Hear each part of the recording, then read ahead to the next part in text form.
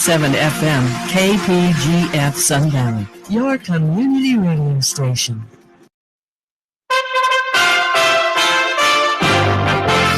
USA Radio News with Tim Berg.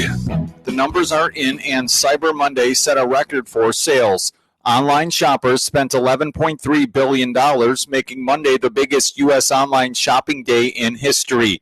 According to Adobe Analytics, the sales figure represents a nearly 6% increase over the last year and about 400% higher than an average online shopping day.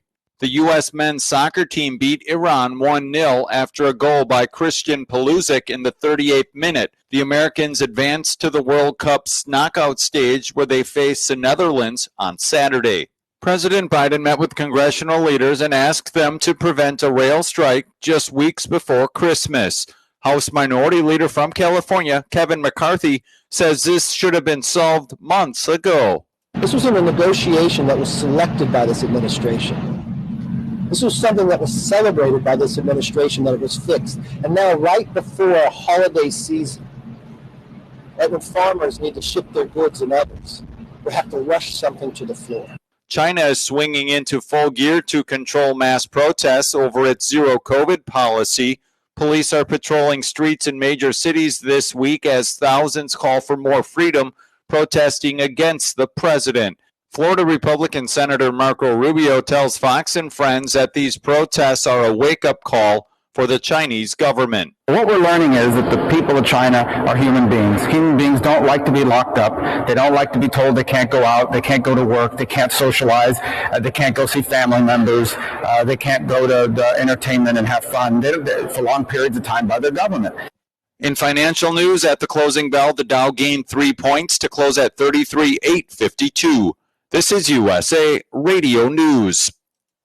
Paid for by government.com. Have you heard? A recent stash of 1904 Morgan silver dollar coins has been found. These gorgeous 1904 silver dollar coins are as bright and shiny as the day they were struck. This is a key date for silver dollar collectors, and only a limited quantity are available. Coin experts are calling this an amazing opportunity for anyone interested in silver coins. Just call government at 1-800-222-1975, and you are guaranteed a mint condition 1904 Morgan silver dollar featuring the iconic O mint mark of the New Orleans Mint. The final year of production, but with limited quantity, you must call now. These 1904 silver coins are still in uncirculated condition. That is 117 years of history you can hold in your hand. To learn more, call 1-800-222-1975. Call now and you'll receive a free American Coin Collector's Bonus Package, a $25 value, free with every order. Call 1-800-222-1975 now to secure your 1904 Morgan silver dollars before they sell out. That's 1-800-222-1975. Tributes are pouring in on both sides of the aisle following the death of a Virginia congressman. From the USA Radio News West Coast News Bureau, Lance Pry has the details. 61-year-old Representative Donald McEachin, the Democrat from Virginia, died Monday night from complications due to rectal cancer. A former lawyer who represented Richmond in the Virginia state legislature was elected to Congress in 2016. McEachin's House seat will remain vacant until Governor Glenn Youngkin schedules a special election to replace him.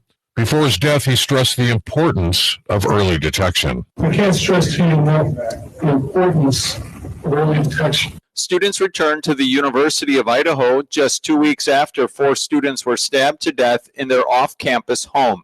University of Idaho student Dakota Wilson says he noticed the school's efforts to make students feel safe. I feel safer on campus. I've noticed that there's a lot more campus security, so I'm feeling good. I feel like I can just walk around and feel safe wherever I'm going. In addition to heightened campus security, Moscow police and private security are patrolling the school. Several people intend to file a lawsuit after an SUV crashed into an Apple store in Massachusetts. One person was killed and at least 19 others were injured in the incident last week. Attorneys representing the victims are planning to share more details about the litigation Tuesday. For USA Radio News, I'm Tim Berg. Hi, I'm Wayne LaRouche. If you like my radio show, you're going to love my podcast, War Raw. Each podcast, I present my top 10 most outrageous, salacious, and controversial stories of the week. I break down the best of the best raw truth stories for conservatives, libertarians, patriots, taxpayers, Trumpers, and deplorables. Anyone who appreciates God, guns, gold, and tax cuts will stand up and cheer for War Raw. Check out this week's War Raw podcast right now. It's available to download on iTunes, Spotify, iHeart, or wherever you listen to podcasts. War Raw. War Raw. The following is an America Matters media production. The views expressed do not necessarily represent those of the station or its advertisers, although we think they should. But that's the opinion of America Matters Media.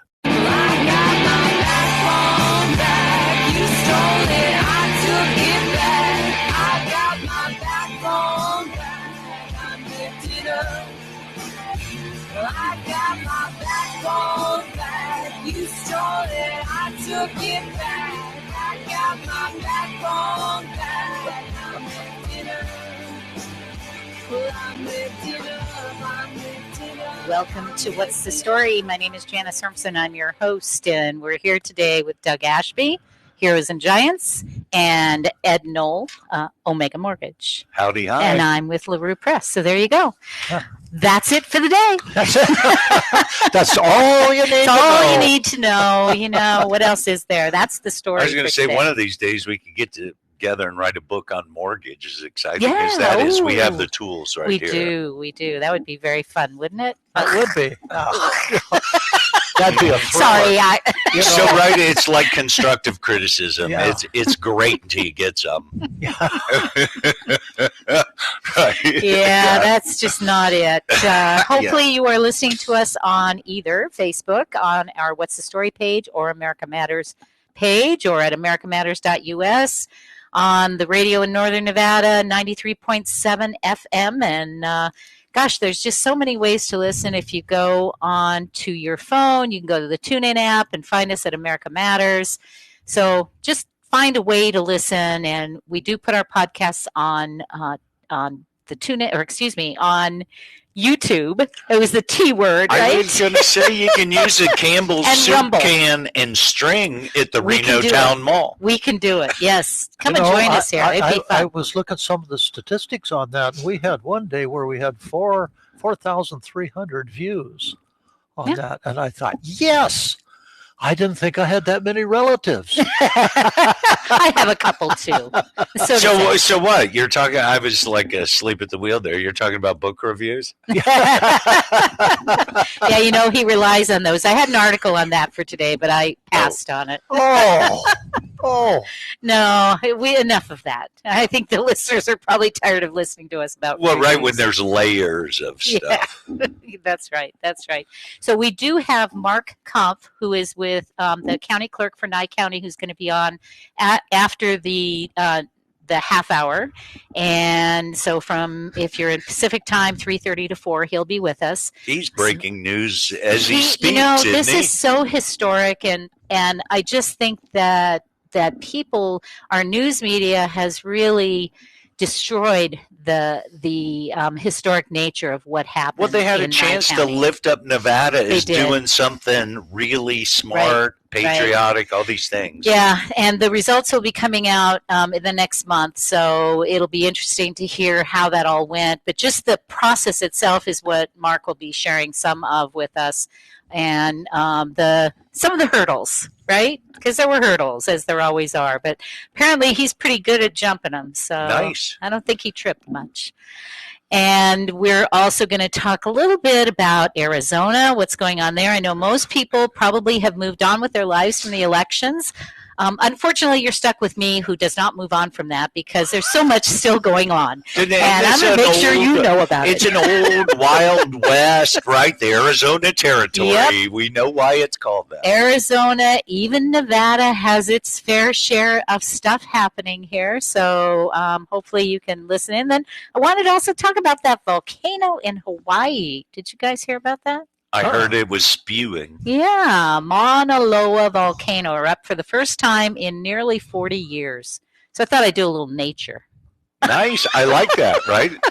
We don't ever do nature. So ecology. Ecology, I okay. think is a good kind of non non-political. Yeah, it's a great way to start the show, right? Non-political Earth word. Yes. We're Earth friendly. Yeah, so it began erupting on Sunday for the first time since 1984. That's kind of, right? 1984, ending its longest quiet period in recorded history.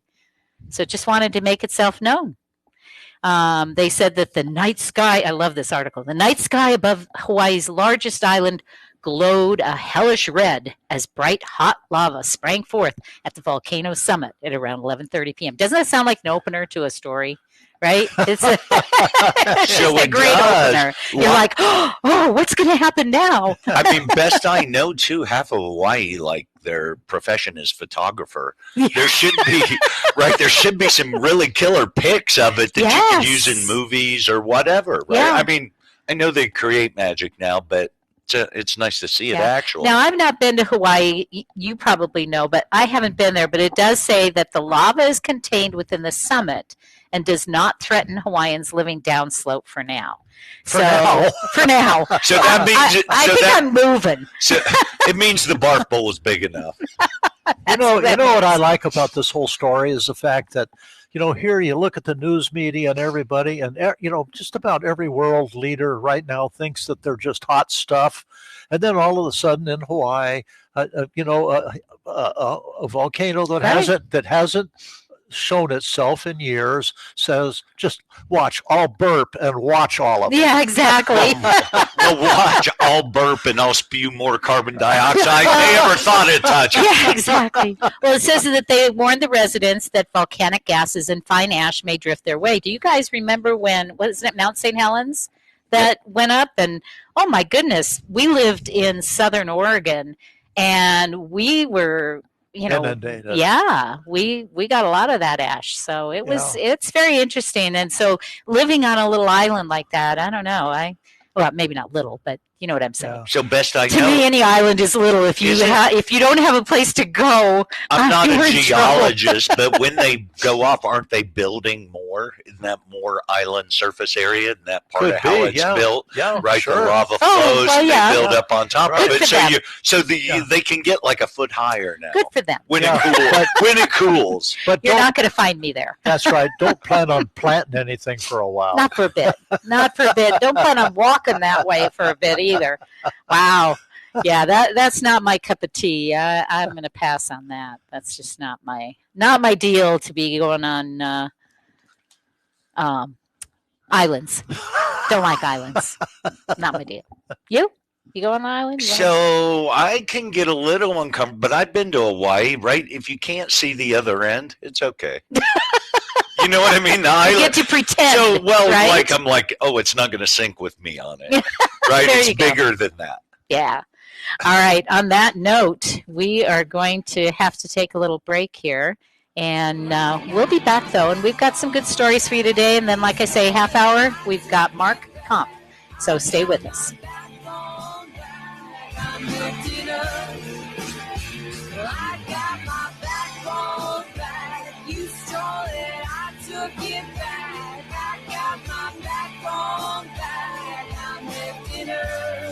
Hey, all you entrepreneurs out there. Whether you have a small business or work from home, LaRue Press offers a virtual office and business address for all your business needs. Located at 280 Gregg Street, Suite 10, LaRue Press is your personal assistant for friendly all-day service. Need a conference room to meet with clients? You got it.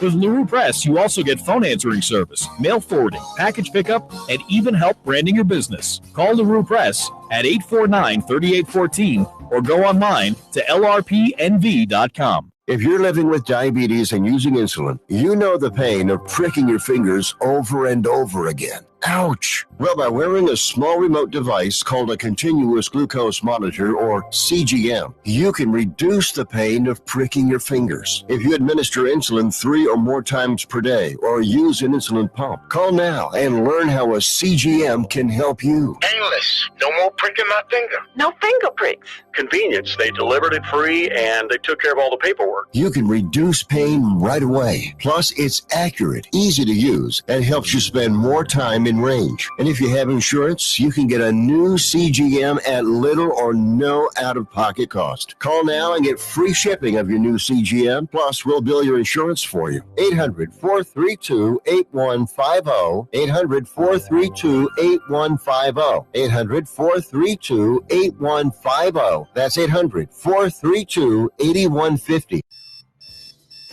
Wake up and text. Text and eat. Text and catch the bus. Text and miss your stop.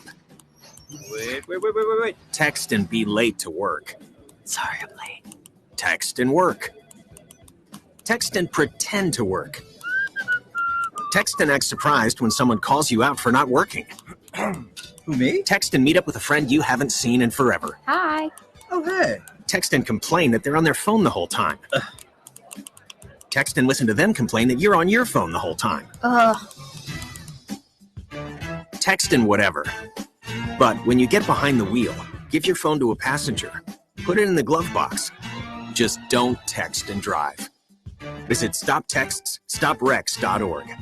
A public service announcement brought to you by the National Highway Traffic Safety Administration and the Ad Council. Can I go to the sleepover? Lucy, I want you to promise me something. If there's any drinking, I want you to say, no thanks, not my thing. Mom. I promise you, your real friends won't care. Deal? I promise, Mom. They really do hear you. Did you pack your toothbrush? For tips on how to start the talk, visit underagedrinking.samhsa.gov. A public service message from the Substance Abuse and Mental Health Services Administration. Wake up, the sun will got another road. Oh, wait. Let the fire feel the hope. It's Doug. Up from the depths of my soul. To join the conversation, call 844-790-TALK. That's 844-790-8255. Now back to the show. Welcome back. This is What's the Story? I am your host, Janice Hermson, and Doug Ashby and Ed Noel and I have been having a great time talking about the Hawaiian volcano that just erupted. Troglodytes? Well, I don't know. The troglodyte that decides that his mic doesn't have to be down to be heard is awesome, isn't he? Well, I have had an overpowering voice, and that's one way to muffle it. There you go. Then Doug doesn't feel so bad, right? Yeah. He does. Wait a second. What was this? Oh, the golden.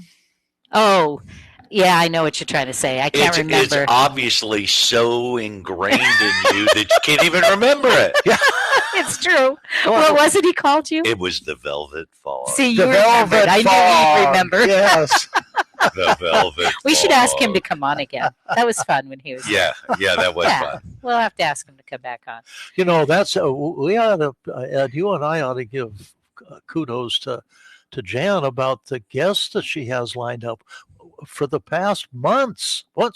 Every one of them has just been absolutely a winner. Absolutely. I mean, you ask them a question and they're off and running. You ask them a question and they answer it. Yeah. Early in my career doing this, believe me, I had guests that were like, yes. Is this Nevada and that was politics? Then they'd sit. Yeah. I'd be like, oh no, what do I do now? I was just, I was new. They were new. Oh, it was not a good mix. Well, you can do what the mass media does and just make stuff up and do your own production, true. right? They just create their own story. Yeah, ask them a long entailed question and they go, yup. Yeah, it was interesting. It didn't happen real often, but because people were fairly new, I was very new, and they were fairly new, and it just didn't go well. It was before you were intimidating. Now you're intimidating. People are afraid. Oh, that's funny. People are afraid not to answer for, Yeah, sure. pushback. Okay, we'll go there if you'd like. All right. I don't think so.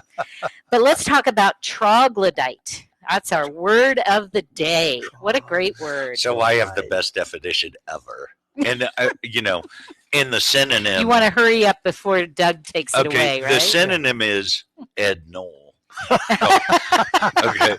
And Troglodyte. So you have to hear this. This is the Urban Dictionary. Oh, great. A lower functioning subspecies humanoid that usually inhabits subterranean dwellings and enjoys frequenting Walmart. That's great. That is so spot on. It was awesome. the best definition I could have ever heard. Oh, that is very good. Yeah, we'll never beat that. That's for sure. There is no topping that. No. Absolutely not. No. Oh. Do you have a Well, different no. definition? Didn't mean to be a showstopper.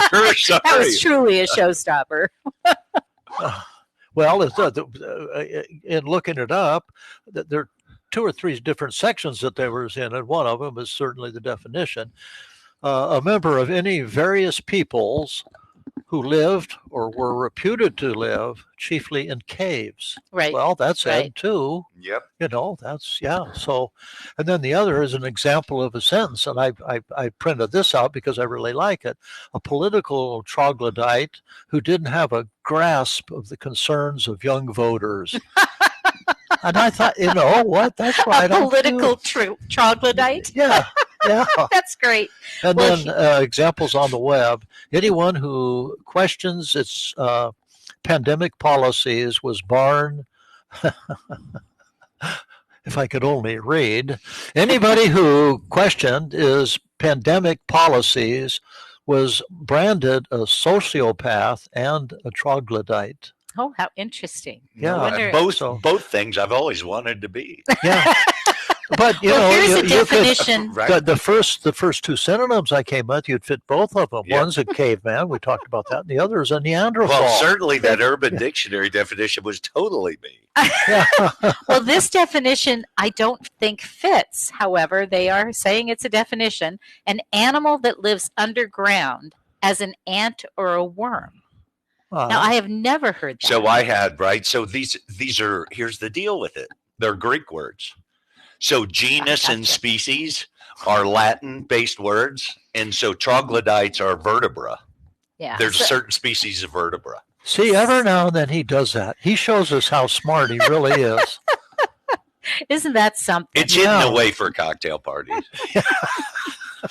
Cocktail parties and radio shows. Yeah, you do. Just comes out. You've got all the buzzwords, huh? Yeah, I like that. That's right. Yeah, I like that. And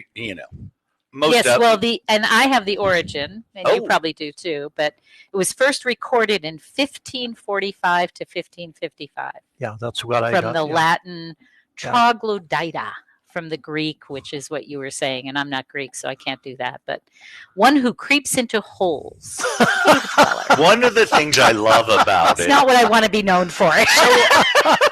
I love old words that still have, are still relevant. Yeah.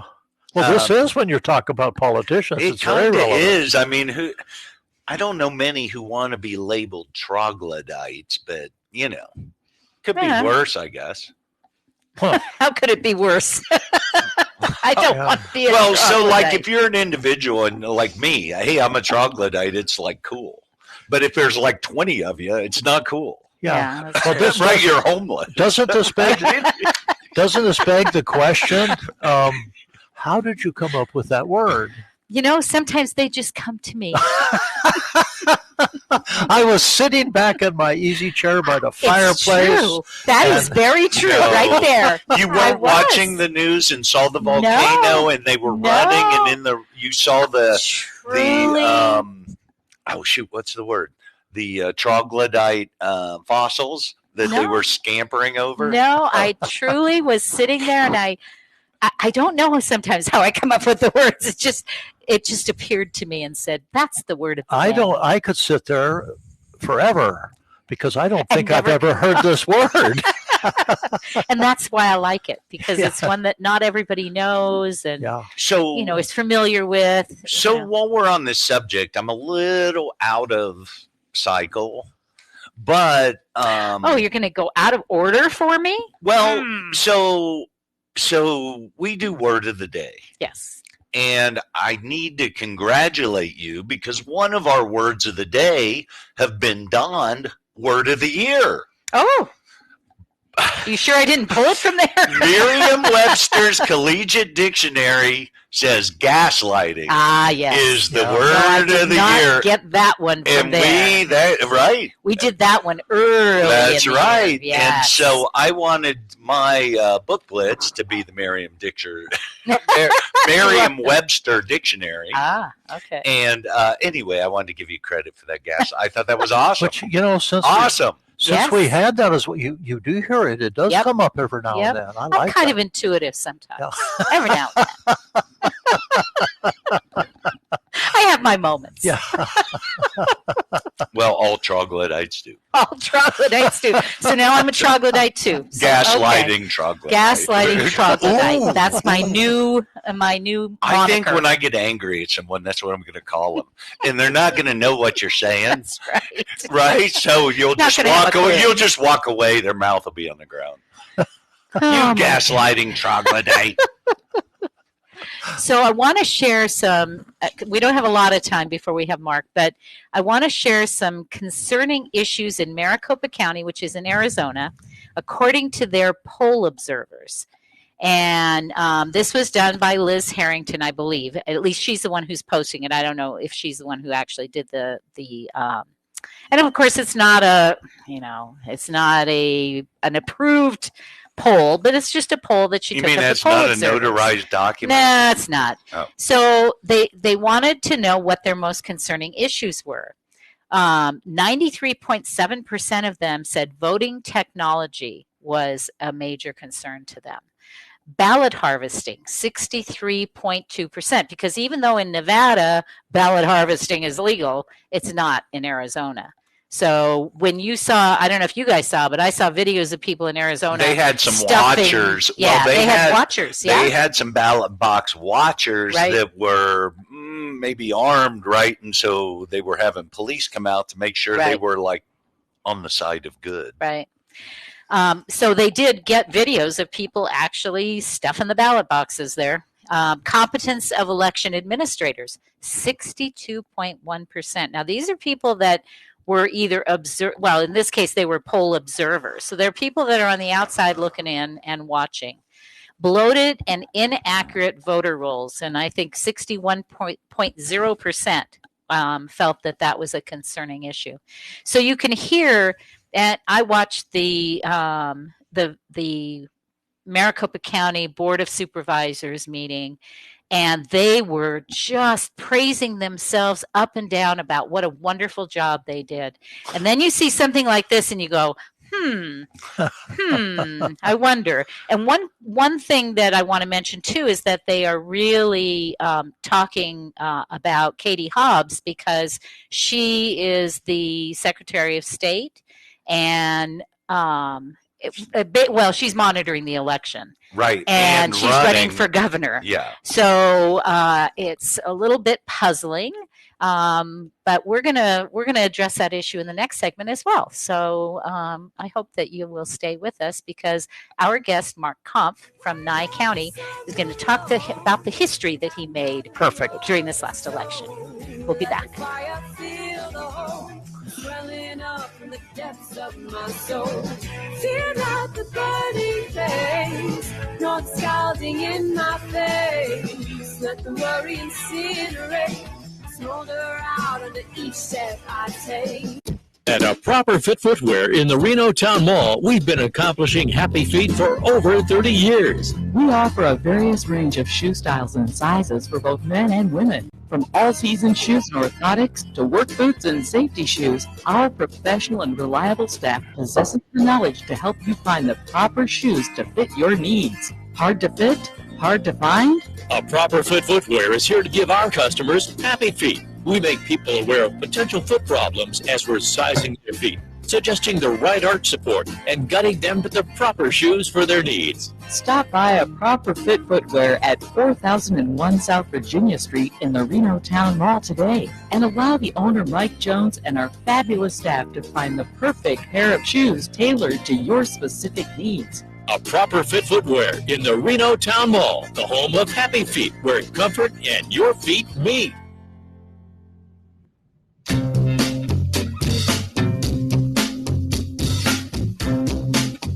Hi, this is Eddie Floyd. Let me tell you about my favorite non-profit public charity, Wainema Wild Horse Sanctuary, located on the Forsyth Ranch in Hallelujah Junction area.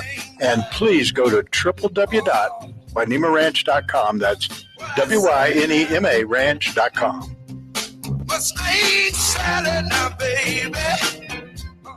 Okay, we are running a car drive right now to help veterans all across America. So if you have an old car, truck, or van, even a motorcycle or an RV sitting around, you can right now give it away and help the vets. They really need your help. And your car will help support the vets and their families. And guess what? You even get a tax donation. Plus, we'll even come and pick up your car for free. And all you've got to do is pick up your phone right now and make a free call. Now is the perfect time to do something good for the vets. Give back to the vets right now for all they've done for this country. And your old car can really help them. So call the Veterans Car Donation Program right now for free pickup of your vehicle. Help the vets and help your taxes at the same time. Call right now. 800-296-1259. 800-296-1259. 800-296-1259. That's 800-296-1259. Our connections make powerful things happen, uniting individuals and communities. We are Rotary. We are people of action. With over 1 million members, we know what people can do when they come together. Around the world, generations of leaders build new friendships and solve problems, turning great ideas into reality. Take action with us. Find out more at rotary.org/action.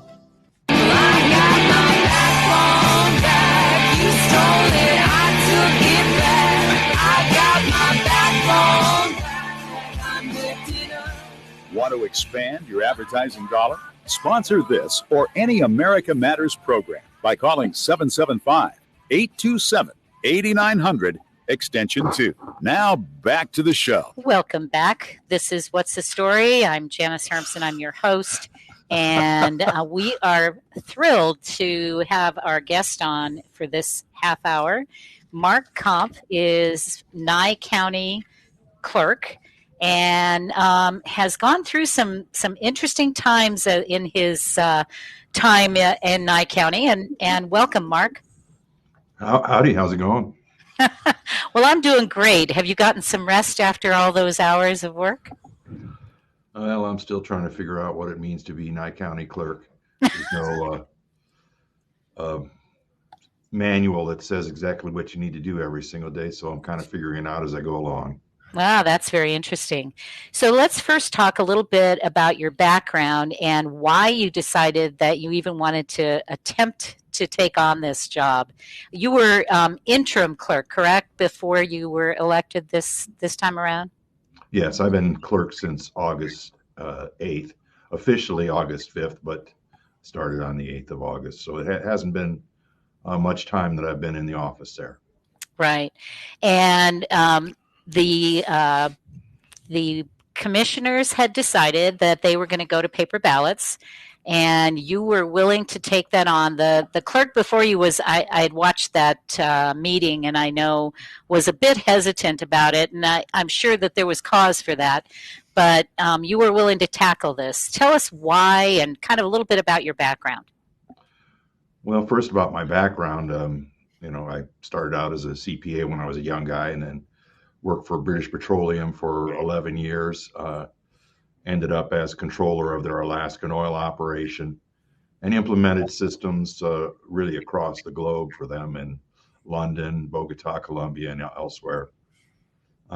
Ultimately, I ended up in a forensic recovery audit where we would get clients' databases and identify mistakes that they've made in their payments, contact the supplier, get their money back, and then show them how to fix it. So my background is in systems and processes and internal controls. It's a great fit for a clerk. I was retired, and when I found out that our current clerk was going to retire, several people encouraged me to run for clerk because they knew how important the role is and how critical it is that you have somebody that knows what they're doing rather than just somebody who's looking for a job to be the clerk for the next 4 years. I'm not sure that there are many. Step up and do it. Yeah, I'm not sure that there are many people right now in this political environment that are just itching to be the county clerk. Yeah. I don't know. I think everyone wants to be the clerk, but they don't want to do the work. Well, that rhymes. That's good. That's a problem. There's a lot of work involved, and it was no easy task to take on a new job and implement paper ballots and go to attempt to do a hand count process. So it was a busy 3.5 months for me. Well, one of the questions just before you came on, we were talking about Arizona and how Katie Hobbs is basically overseeing her own election, and she's running for governor, and you were kind of in the same position, correct? Yeah, that's. How do you address that to constituents that might question that process, and what would the options be? Well, it's nothing that hasn't happened for the last 20 years with the county clerk being in charge of the elections and that she's been responsible for. So this is nothing new and not unusual for it to occur across the state. What I would say to people is that you really need to trust the process because it's the process that works. And I tried to stay as far from the process while still managing what was going on a day-to-day basis, but to stay away from the process and let that take its course as designed. Well, I'm sure that this election was an interesting one. Prior to the time period when you actually started doing the counting of the paper ballots, there was a meeting with the Secretary of State from Nevada because they wanted to create a temporary regulation, and I know you were a part of that. And the reason I'm bringing that up is because there was some forethought to this paper ballot process, correct? Oh, there's no doubt about it. This is something I've been working on for quite a while. Prior to taking on the job of clerk, so I was fully prepared to implement the paper ballot and the hand count process as I had designed it. However, because the Secretary of State came out with some temporary guidelines, I tried to adapt my process as close as I could to what they wanted, even though I was not required to do so, because I was using the tabulators that were used for the mail ballots and extending that to the early voting and same-day election ballots that were processed via paper. It sounds like you were trying to be cooperative, and at the same time, you were trying to keep to your own process. How did that work out?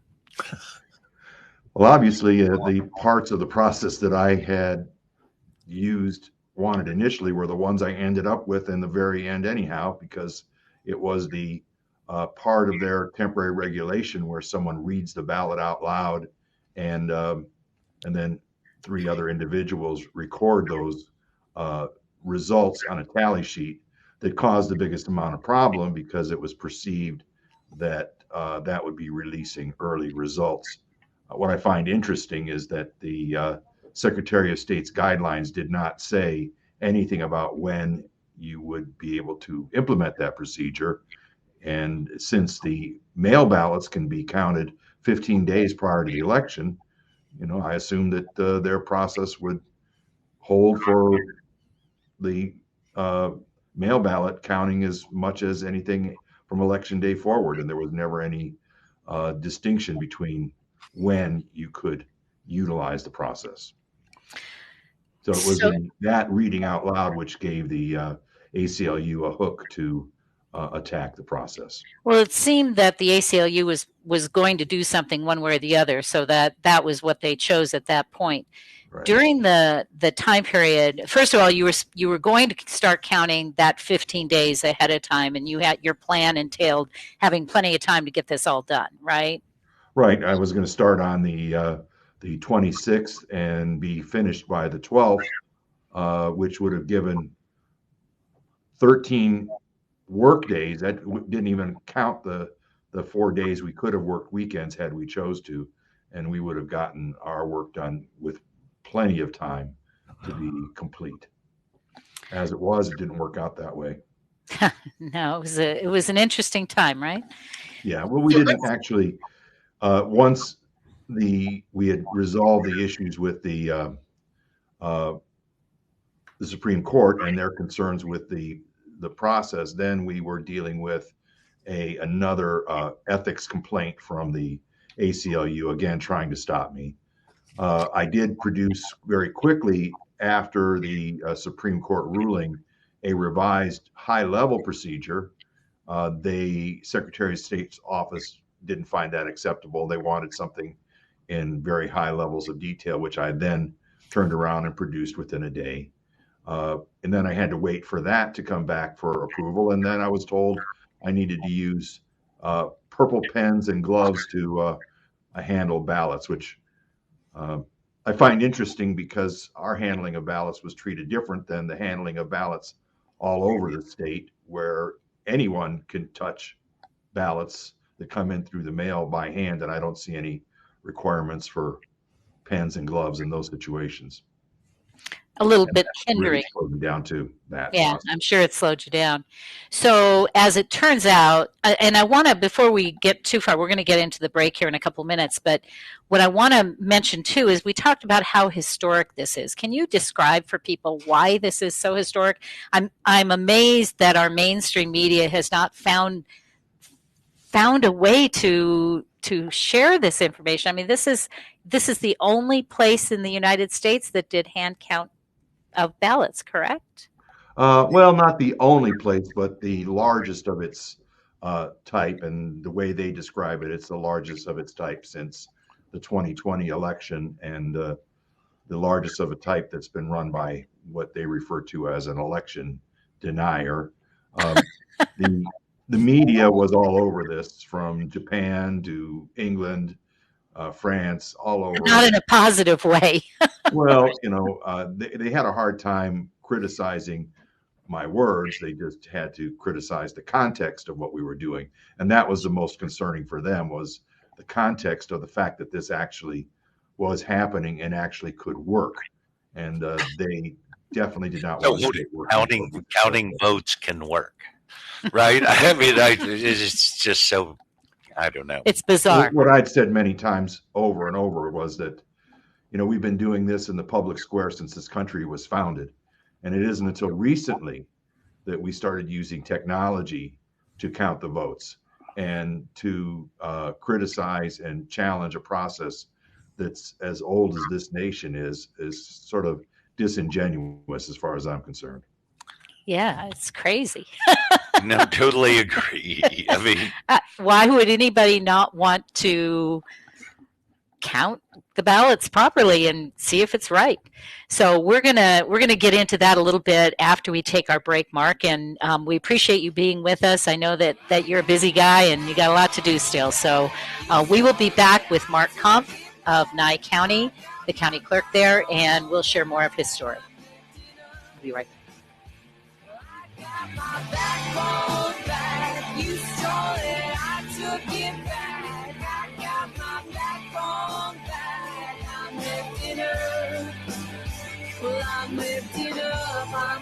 Adopt US Kids presents What to Expect When You're Expecting. A teenager. Learning the lingo.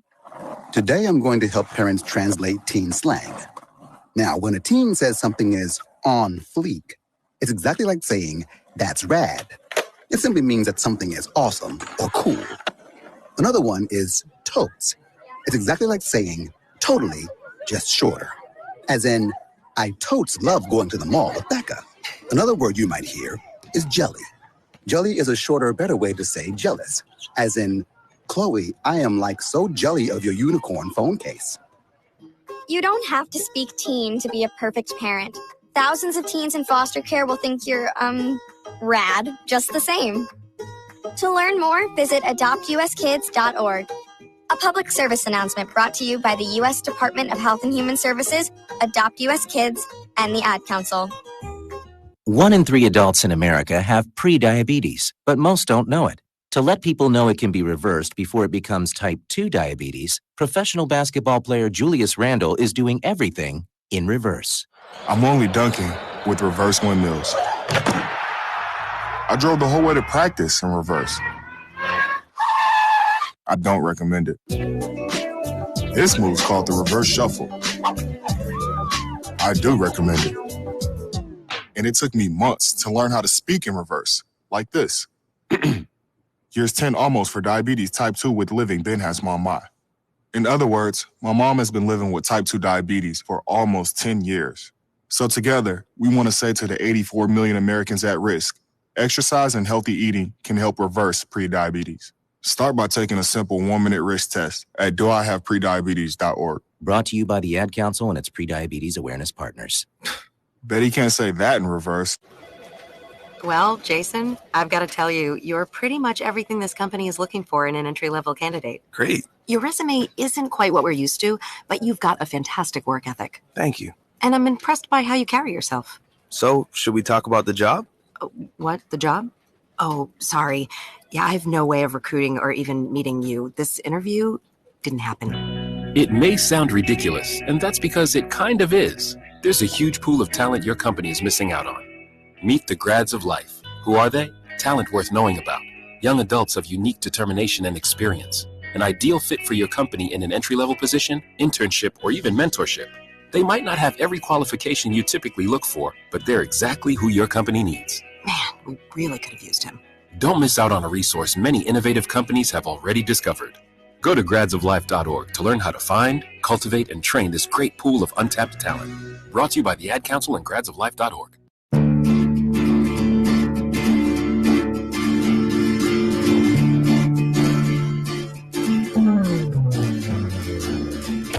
Now she's gone like a... Unable to listen to the whole show? A recording of today's program will be available later today. Visit americamatters.us and click on the podcast link. Now, back to the show. Welcome back. This is What's the Story? I'm Janice Hermson, your host, and we have been talking to Mark Kampf. And is he still with us? Yes, okay. Hey, Mark, welcome back to What's the Story? Thank you. It's good to be here. Good. And so we were talking a bit about how historic this is, at least for Nevada, to be having this hand count. And I know there was a small county that, I think it was Esmeralda, that did a hand count as well. But this, you have 30,000, correct me if I'm incorrect, but 30,000 registered voters, and you had approximately how many that voted in the 2022 general? Around 20,700. And we were able to actually, before we had to basically pack up the ballots and send them back to the vaults, we were able to count around 17,700, which worked out to be 2,200 a day. And at that rate, we could have easily achieved our goal of getting done in 13 days. We could have been done easily in 10 days, the way we were doing it. Wow. How many volunteers ended up showing up to help out there? Because I know there was a call that came out to, hey, we need volunteers, we need some help. I haven't done an exact tally of that, but around 150 volunteers over a 8-day period. People came in droves on the first day, which presented its own issues of training and consistency, but never let a ballot or batch of ballots go through without being 100% accurate. And that was really the key, is that even though we had, you'll see on the news, I said that we had a large error rate on the first day. Those errors were all identified and corrected before we summarized a tally sheet, a group of ballots. What's interesting is that I started comparing those ballots that we had counted by hand to the tabulation results, and when we were within 99.89% of that. So, if you hear stories about 6% error rates or 10% error rates, that couldn't have been farther from the truth. We were within 0.11% error rate. And in reality, as I was able to check those against the actual tabulated ballots, the largest amount of the differences were in the sensitivity of the tabulators versus what a human can see. And actually, the human's more accurate. I was going to say, so the human was actually more accurate. And I want to again go back a little bit to the volunteers for a second, because I want to point out that these were volunteers from all over the state. This wasn't just in Nye County. No, Carson City, Reno, Boulder City, Lyon County. We had volunteers from everywhere. It was truly inspirational, and it was just an amazing outpouring of support for this process.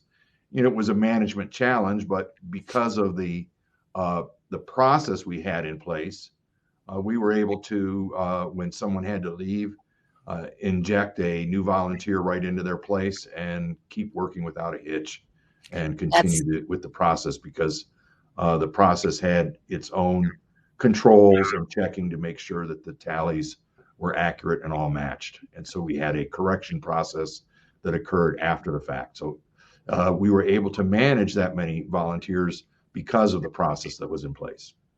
Well, that's kudos to you, I'm sure, for the fact that you created that process, because it's something that didn't exist, right? Well, right. So you're, you're out there sticking your neck out there, doing something you believe in is right. How are the constituents, your constituents, are folks of Nye County, are they appreciating the attention or?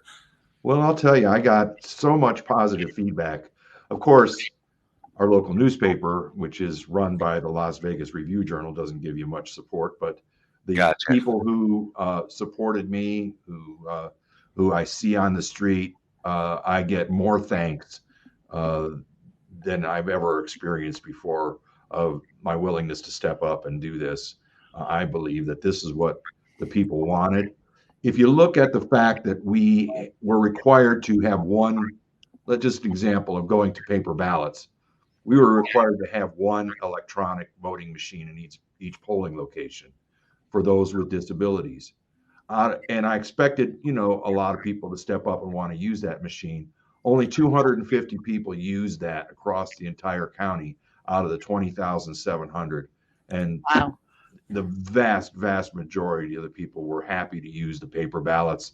They liked the feel of it, the touch of it, to be able to drop it in the box and see their votes being put in the ballot box like they had experienced when they were younger. I have a question from, I have a text here, and you've covered most of what this person is looking to hear, but the question is, I want to hear results of the hand count and the number of counterfeit, if any. I don't believe there were any counterfeit ballots in that group, even though the team was always looking for that, looking for. Oh, you went away. Huh. How about that? It may have been machine generated. There were none that we had. None that you found? From the tabulation process, because someone put a signature or identifying mark on it that a tabulator doesn't catch. And when a human is looking at something, they're looking at the whole picture, and they're seeing the whole picture, not just what's inside that oval. And I had heard through people that were there that one of the things that they had to do was to treat this identically to as if, or to read it or to count it exactly as the machine would. Is that correct? Well, yeah, they had to think like the machine first to be able to determine whether there was a vote. And according to the Secretary of State's guidelines, any mark, even a stray mark inside one of those ovals, is considered a vote. And that's where we found the biggest part of our differences, is that we identified items that were a vote or that had been an overvote that did not get caught because of the sensitivity settings of the tabulation machine. I have a quick question with the success that you've had with this. It kind of begs the question. We have 19 counties. So 19 county clerk, 17. So 17 counties. how many of those contacted you to say, you really did this well? Is there anything that we can share where we can help and do the same? Has anybody contacted you? There have been a couple that have contacted me, mostly across the country. Different counties are interested in this and implementing something this nature. And, I was kind of the guinea pig in this regard. There are some clerks in this state that aren't too appreciative of what I was doing because they're happy with their electronic voting machines, and they're happy with their workload. So pretty much set. It wasn't exactly welcome with open arms. No hero there, huh? Well, you're a hero to a lot of your constituents, and I think that's important. That's where it counts. The most important, that is the isn't most it? important. Yeah, you bet. Well, nothing good comes easy, and sometimes you have to take the slings and arrows when you're trying to do something different. Is that the take a truth? risk, and I believe it was worth the risk. That's wonderful. What would you want to share? What would you want to be to take away from this, and for people to know or to understand? What would be your message to them? Well, the message, I believe, is that it can be done with the right amount of planning. I've learned a lot of lessons in the process as to what to do and not to do, and I believe an effective and efficient hand count process can be implemented. Even on a larger scale, if you break things down into its precinct level. I mean, we've done it in this country for years prior to this, and there's no reason why it can't be implemented on a larger scale. It's just a planning, making sure you have the right team in place. I thought it was great to have the volunteers, but again, that created its own issues of differences in training and abilities. And a lot of people realize that this is not quite their cup of tea once they've done it for a while. It's not an easy task to do. So, I believe that it can be implemented, and I still want to complete the analysis of the results the best I can with the information that I'm allowed to access. And as a CPA, from the standpoint of, I have to ask this question about auditing.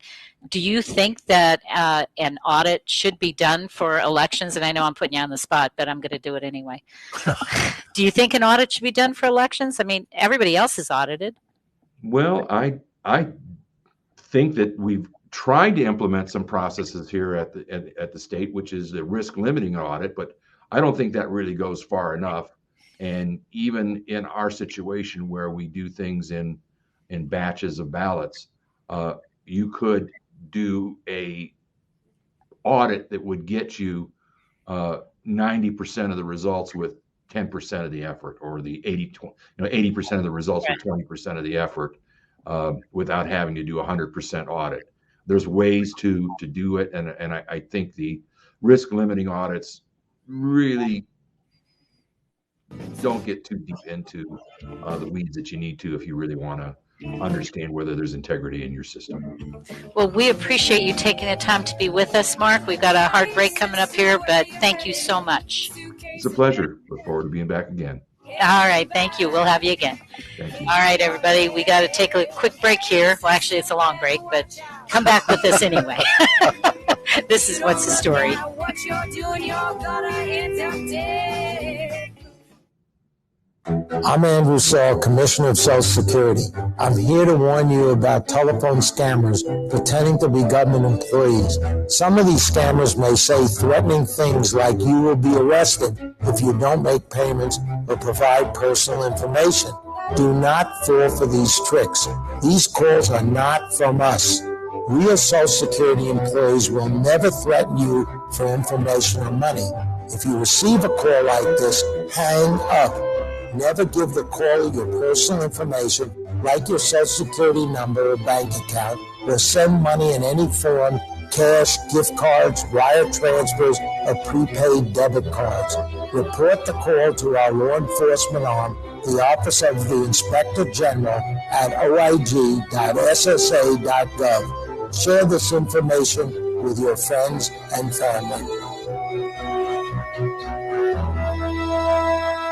If you're living with diabetes and using insulin, you know the pain of pricking your fingers over and over again. Ouch! Well, by wearing a small remote device called a continuous glucose monitor, or CGM, you can reduce the pain of pricking your fingers. If you administer insulin 3 or more times per day or use an insulin pump, call now and learn how a CGM can help you. Painless. No more pricking my finger. No finger pricks. Convenience. They delivered it free and they took care of all the paperwork. You can reduce pain right away. Plus, it's accurate, easy to use, and helps you spend more time in range. And if you have insurance, you can get a new CGM at little or no out-of-pocket cost. Call now and get free shipping of your new CGM. Plus, we'll bill your insurance for you. 800-432-8150. 800-432-8150. 800-432-8150. That's 800-432-8150. This is America Matters Media at 93.7 FM, KPGF Sun Valley, your community radio station.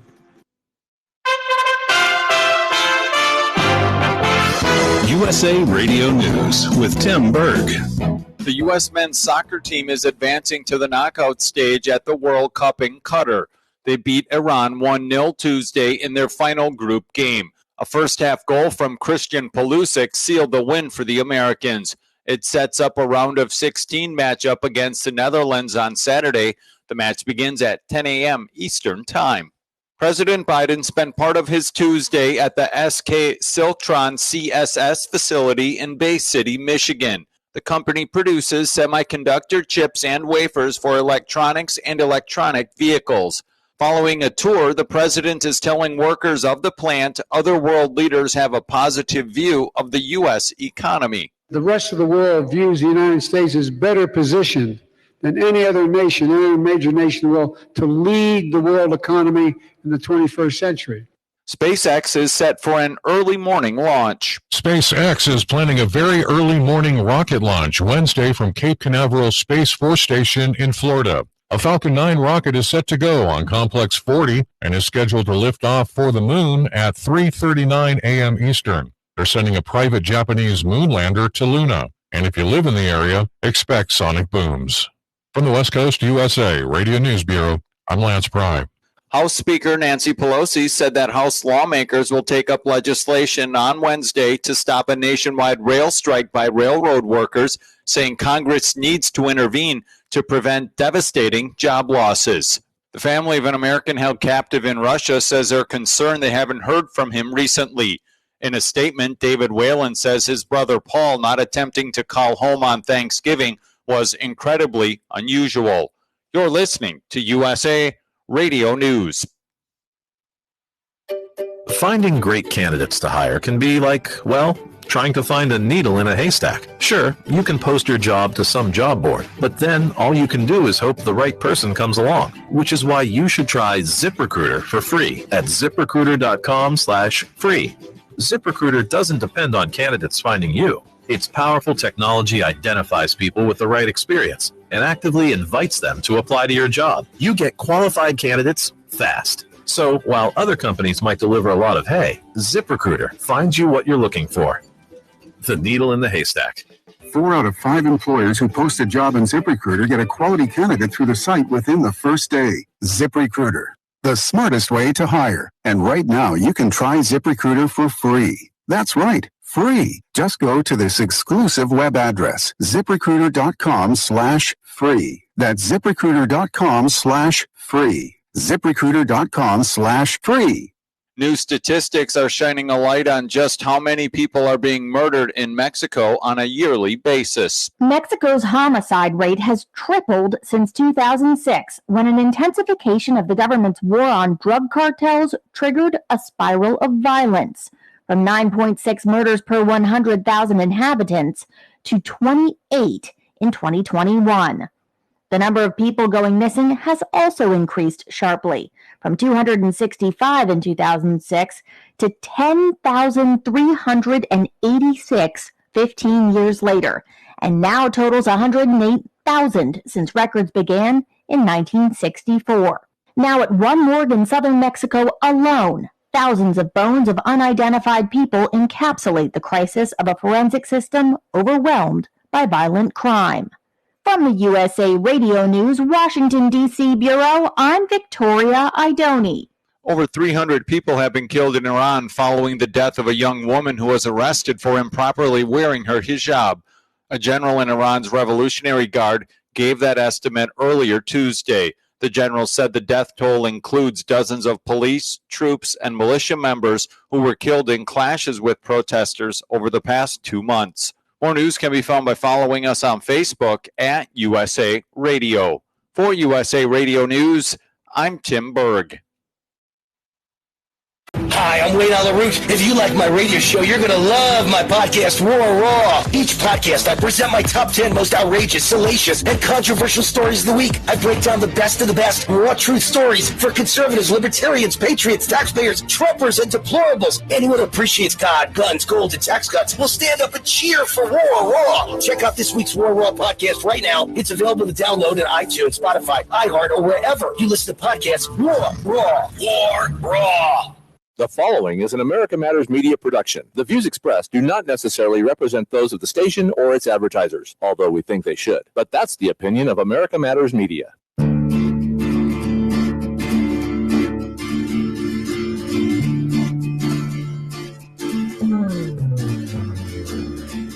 Now she's gone like a little in a song, all the way to MIA, where she thinks that she belongs.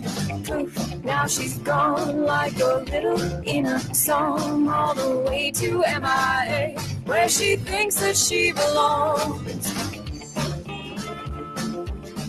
Welcome back. This is What's the Story? I'm Janice Hermson. I'm your host, and here with Doug Ashby and Ed Noel, and had a great conversation with Mark Kampf from Nye County. He's the county clerk there. Man, that was like serious news. Yeah, it was really good. He's very informative. I think that he obviously did what his constituents wanted him to do, whether anyone else wanted it or not, but that's who you're supposed to please, right? So representative government. So best I know, that the shortest distance between two spaces is a straight line, right? I mean, the whole voting rigmarole and stuff, and early voting and storing the data and blah, blah, blah. Well, you know, it's like it's a vote. Let's just go chalk. I went to the logic and I'm such a nerd.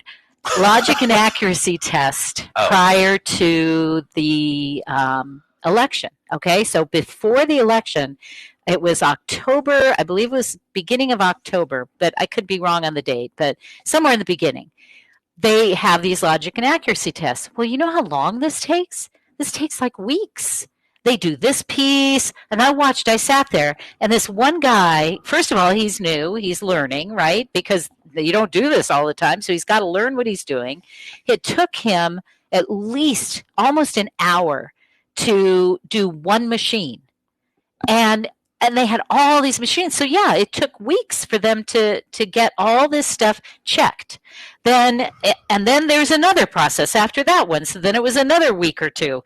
I mean, really? For our election, and we could walk in and fill out some paper and hand it to you, and then we could sit down and count it? You know what? I go to one step further. Put everybody in a room, say, okay, how many people want this? Raise your hand. So I think there is some place in New Hampshire. It's like 22 people, and they do that. That's what they do. Yeah, and they have a party, right? And I think they vote after midnight. They're like, right? But it's some place in New Hampshire, I think that's great. I mean, Yeah. I find this unbelievable that we have all these complaints about the machines. They refuse to let us see the source code. They refuse to do all these things.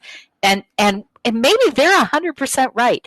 But the fact that you won't let us look, it's going to always raise doubt. So let's doubt. get the facts right. We can do something that like gets rid of like, best I know, a big expensive bill for the states. Huge. Right? We can increase accuracy, and we can do it ourselves without like break it down to precincts. Third-party cheaters. They're trying to say that it's company manipulators. Yeah, they're trying to say that there's too much going on and not that it's too big. Well, you break it down to precincts. and you know your neighbors, and you sit with your neighbors and you count, and then you all go home, or you have a cocktail and then you go home. It's accurate. Right? I mean, whatever. It's accurate Maybe don't and cheap. You know, the left has to hate it. You can have a coffee. Oh, yeah. Hopefully more than one. Yes, of course. All right. Well, it's time for Ed to talk to us about finance. You brought some stuff with you. The world is still working. Is it? Well, seems like it. I will say in finance, in mortgage rates and interest rates and the Fed world, they have now seen that their raises have creaed some slowdowns. Oh, some problems. Yeah. Oh, well, go figure. So, right. I mean, that's so 239,000 jobs were created in October.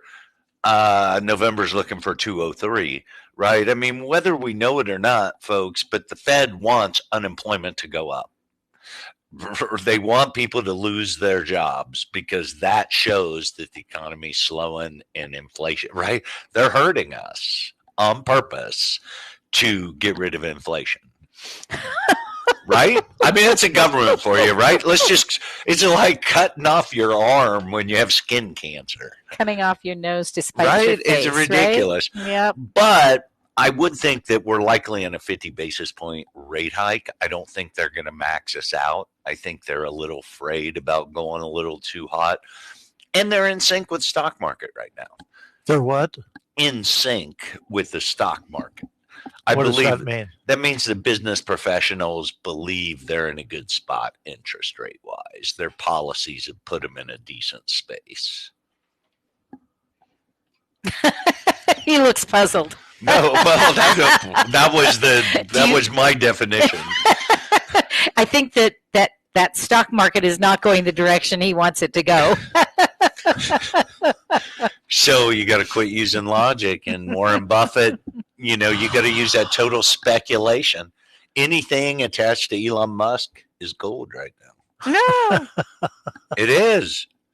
Best I know, right? He comes in, they talk about him blowing up Twitter and adds like whatever. Well, 18 million new users, speaking of right? Twitter, I mean, he like buys something and accidentally makes money. Yeah.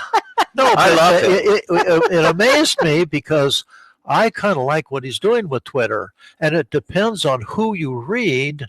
On the last article that I read, he's going to lose millions, if not billions. Oh, he's going to have to go bankrupt, yada, yada, yada. And then you literally go to the next line down and it says, oh, boy, everybody loves it. He's lost a few advertisers, but they're coming back to him. It's nice to have some freedom of speech without censorship. So I don't know what to believe. I think Elon Musk is... It's part of the red trickle. Yeah. I think he's sharp enough where he's not going to lose any money over this. Or if he does, he's not going to care. Look at his history. Yeah, it's what my old boss used to call budget dust.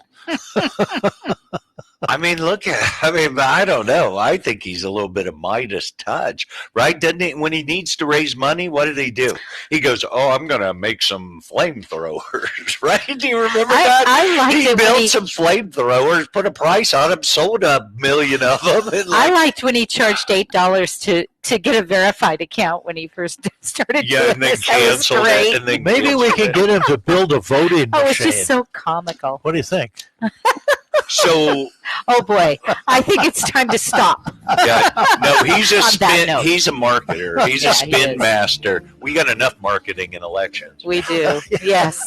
All right. On that note, we're going to take a short break here, and then we'll come back with more.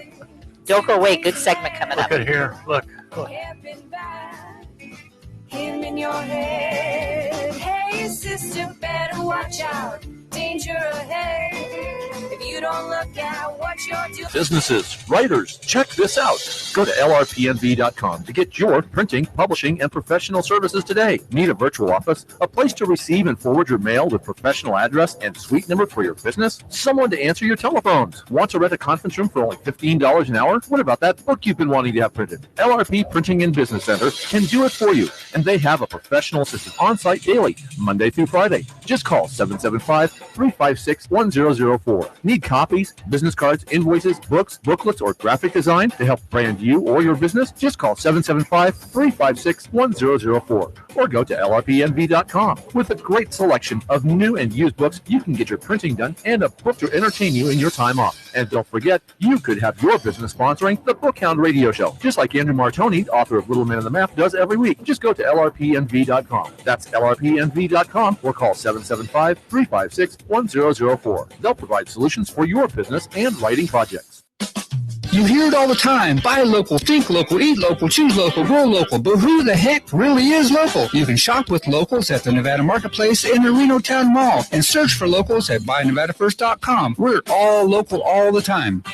In northern Nevada, there's a one-of-a-kind home that provides temporary overnight lodging when veterans or family members are receiving medical care in the Reno area, some from hundreds of miles away. Too often, overnight accommodations are a financial and logistical challenge. Stephanie Tanksley and her husband are veterans who come for treatment from Bishop, California. We were lucky enough to be connected to the guest house so that I could stay for 10 nights when my husband was in the hospital. So I was able to visit him every day. It was just a blessing. Veterans Guest House is privately supported by individual and community donations from people like you who recognize our responsibility to support our heroes. And no government money is received for day-to-day operation of the house. Please support this organization. The Veterans Guest House is an amazing resource for veterans. Supporting this organization is one of the best ways that you can donate your time and your money just to help our veterans and their families. Find out how you can help at veteransguesthouse.org.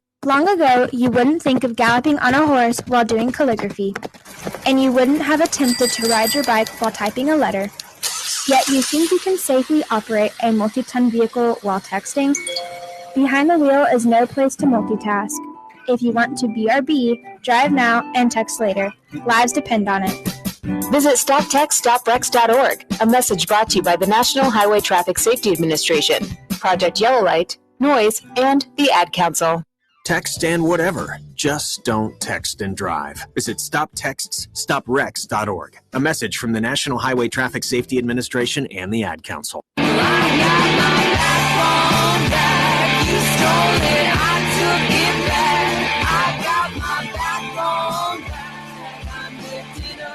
Are you shy and don't want to talk on the air? Text us your questions or comments to 775-237-2266. Now back to the show. Welcome back. This is What's the Story? I'm your host, Janice Hermson, and we are going to talk a little bit about the Supreme Court. Did I send you guys this information about Brunson and SCOTUS? I can say that. You had me going. That's what happened. So you didn't get into the nitty-gritty detail with it, but you did send out the what's the story, hey, there's news here thing. Okay. Well, Brunson and SCOTUS, do miracles still happen? You decide. So this is, I'm looking for, it is American Digital News that did this article, and I picked it up because it breaks down, this is a lawsuit that was filed, and it has to do with the 2020 election, believe it or not. Are you guys are you obsessed with something over there? There's something going on in the mall? Is that why we're gazing out over our shoulder here? This is like pointing, right? Look! And everybody kind of looks and like we're all riding on distracted. a roller coaster This on the is top. really important. So talk to us. So remember the case Brunson versus Adams where it involves removing the president and all of Congress. Did you guys hear about that case? Where they wanted to remove the president and all of Congress, 385 members of Congress? No, but I'm like, I'm listening. It was this. This is now. No, but in Nevada or? No, it's the United States. Oh, It was actually filed by some gentlemen in Utah. Okay. So a response to this was due November 23rd. So let me just kind of, before I go into all of that, let me just give you the lawsuit. Both lawsuits, there are two that have been filed by these brothers. They're pretty much the same. Both lawsuits include defendants President Biden, Harris, former Vice President Pence, and 385 members of Congress for breaking their oath of office by voting against the proposition that came from members of Congress to investigate the claims that there were enemies of the Constitution who successfully rigged the election. So the day of January 6th, everybody was there and they were objecting and saying, we feel that there is a problem that you need to investigate, right? So this is a case about the defendants breaking their oath of office. What is their oath of office? I do solemnly swear or affirm that I will support and defend the Constitution of the United States against all enemies, foreign and domestic, right? All right, so how can you support and defend the Constitution against all of that? You investigate. If there are claims that there's a threat, and even if you don't believe there's a threat, you investigate, right? Kind of like what we're saying about the audits themselves, right? I mean, we're saying there's something wrong. Right, let's take a look. Let's turn the page. Well, how else can you determine if there's a threat unless you investigate? Were there claims of a threat to the Constitution? Yes. Where did these serious claims come from? 100 members of Congress. What was the threat? That there were enemies of the Constitution who successfully rigged the 2020 election. Is this lawsuit about a rigged election? Nope. It's about the members of Congress who voted against the investigation, thereby thwarting that investigation. Was this a clear violation of their oath? Yes. Yep. It's pretty simple. I think so. Okay. So what is the relief that Loy and Rayland Brunson are seeking? That the defendants be permanently removed from office and not allowed to hold a public office again. Perfect. All right. So they went through all the lower courts that they had to go through, and this article gives a whole breakdown of how they went through all of this. And I'm not going to, go through everything, and I'm happy to share this article with anybody who wants it. So let's go to, Loy filed the complaint in the Utah federal court.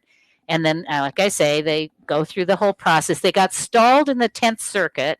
The 10th Circuit, there's more to that story, but you can watch videos to find out all the details.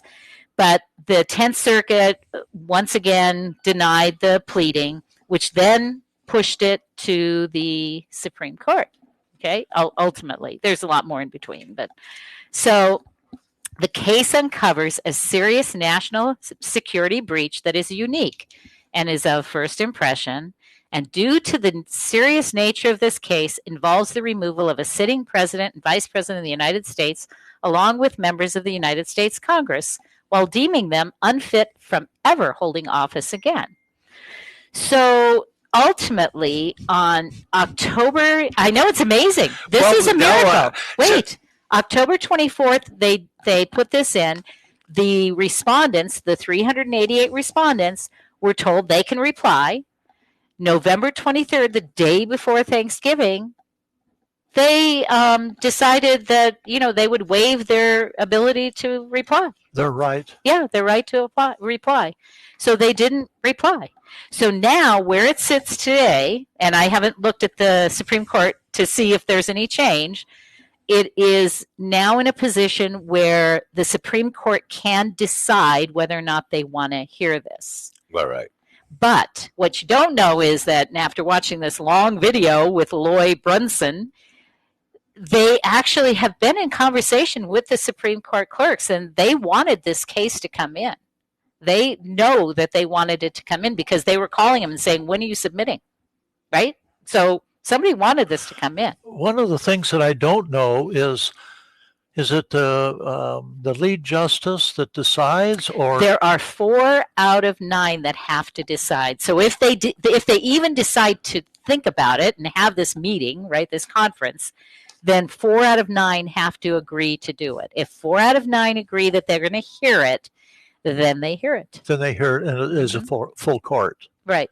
And how long do they have before they have to do that? I don't know. That I don't know. And I don't think this identifies that either. So, this could drag on until 2024. I don't think it's going to. 2020. The word on the street is it's not going to drag on, guys. Well, that's why it goes up quick, right? They see it or kill it. Well, that's the interesting thing about the Supreme Lloyd Court. Brunson, who is one of the brothers, explains why he's so optimistic and gives more insight about how this case was filed and successfully docketed, because it was recognized as a concern of national emergency, and also why it was already expected that the governor would waive the right to respond, or the government would waive the right to respond, and why that's perfectly fine. So here's another thing you got to know about them. They were a huge hit in the 80s, especially played for Reagan, auditioned for Trump's inauguration, played in Vegas, the Rose Parade, and you know what they play? They play trumpets. I was going to say the bazooka or No, something. trumpets. They played for Johnny Carson, too. They played Happy Birthday I to know. Johnny It could have been in spoons. 1988. I just think it's funny because it's just funny. It's ironic. I have another question about the lawsuit. They say, what is your remedy? What remedy did you choose? That's not their job, though. Well, no, you have to put the remedy in, and they did. But that's what I meant. That's the question. That is their remedy. Can the Supreme Court say, I don't believe in your remedy, but I believe you have a question? I believe that they can decide whatever they want to for the remedy. Probably. Yeah, they're the Supreme Pretty Court. much. But they did request what the remedy was, and that was part of the remedy. But there were also damages, which are like, I don't know, millions, billions, some ridiculous They number. didn't have anything in regards to firing squads or hangings? No, because this is civil. It's not a criminal. So I have a question. So, all right, Supreme Court hears this and goes, "You're right. No, they're gone. They're all canned." That's what I mean. They're all canned? So is it the janitor of the White House who becomes president or of Congress? There are only 6 senators that are not named. So you'd be down to 6, and they're all Republicans. Of course. In the House. That's dangerous, too. Yeah, it is. But there are only 6. You can't do much with only 6, right? Well, then, especially if they're divided. Yeah. Well, I don't know. You could be House Majority Leader.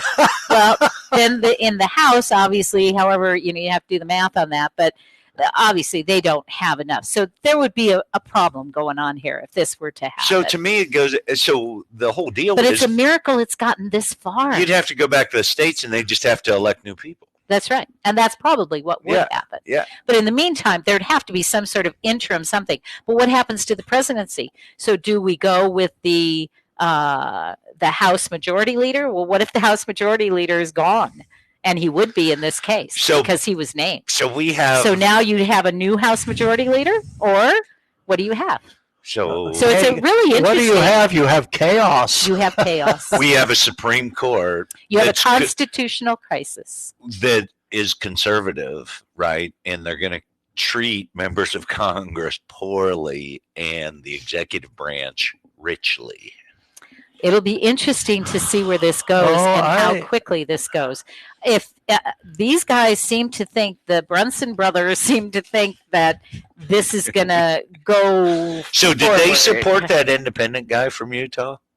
I don't know. I don't know who they support. Well, they seem no, to actually, they voted for Mike Lee, is what I heard. Okay, that's where I was kind of going because I didn't want them creating their own little civilization. Lloyd Brunson said that they voted, or he voted for Mike Lee. Yeah, he was on a video, and I saw that. So he it's a didn't really go interesting into. case, and I think everybody needs. And why isn't the media talking about it? If it was no big deal. Yeah. They'd be talking about it. They'd be bashing everybody. You don't hear a word, do you? Yeah, that's because they have bias. Do you not only bias, they don't want people to know this could happen. Yeah. What would that do? Do you see that the Supreme Court could perhaps take slices of this? On the next segment, we'll talk about that. So that was a great question. We'll be right back.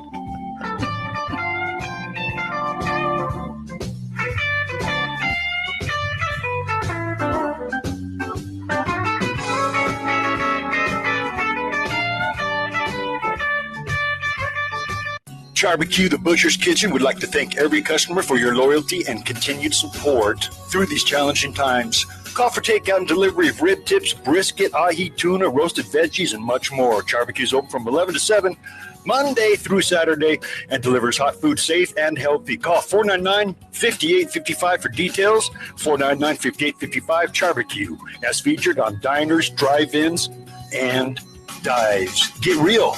Get into Charbecue Reno. If you're living with diabetes and using insulin, you know the pain of pricking your fingers over and over again. Ouch! Well, by wearing a small remote device called a continuous glucose monitor, or CGM, you can reduce the pain of pricking your fingers. If you administer insulin 3 or more times per day or use an insulin pump, call now and learn how a CGM can help you. Painless. No more pricking my finger. No finger pricks. Convenience. They delivered it free and they took care of all the paperwork. You can reduce pain right away. Plus, it's accurate, easy to use, and helps you spend more time in range. And if you have insurance, you can get a new CGM at little or no out-of-pocket cost. Call now and get free shipping of your new CGM. Plus, we'll bill your insurance for you. 800-432-8150. 800-432-8150. 800-432-8150. That's 800-432-8150. Wake up and text. Text and eat. Text and catch the bus. Text and miss your stop. Wait. Text and be late to work. Sorry, I'm late. Text and work. Text and pretend to work. Text and act surprised when someone calls you out for not working. Who, me? Text and meet up with a friend you haven't seen in forever. Hi. Oh, hey. Text and complain that they're on their phone the whole time. Text and listen to them complain that you're on your phone the whole time. Text and whatever. But when you get behind the wheel, give your phone to a passenger. Put it in the glove box. Just don't text and drive. Visit StopTextsStopWrecks.org. A public service announcement brought to you by the National Highway Traffic Safety Administration and the Ad Council. Wake up, the sun below. Got another road to sow. Let the fire feel the hole swelling up from the depths of my soul. To join the conversation, call 844-790-TALK. That's 844-790-8255. Now back to the show. Welcome back. And there I hit my iPad and it decides it's going to go on. I thought we were in stereo. We were in stereo, yeah. You know, if I refresh it, just that volume goes on automatically. I'm not an iPad user that knows how to not make that happen. So we just suffer through for a moment.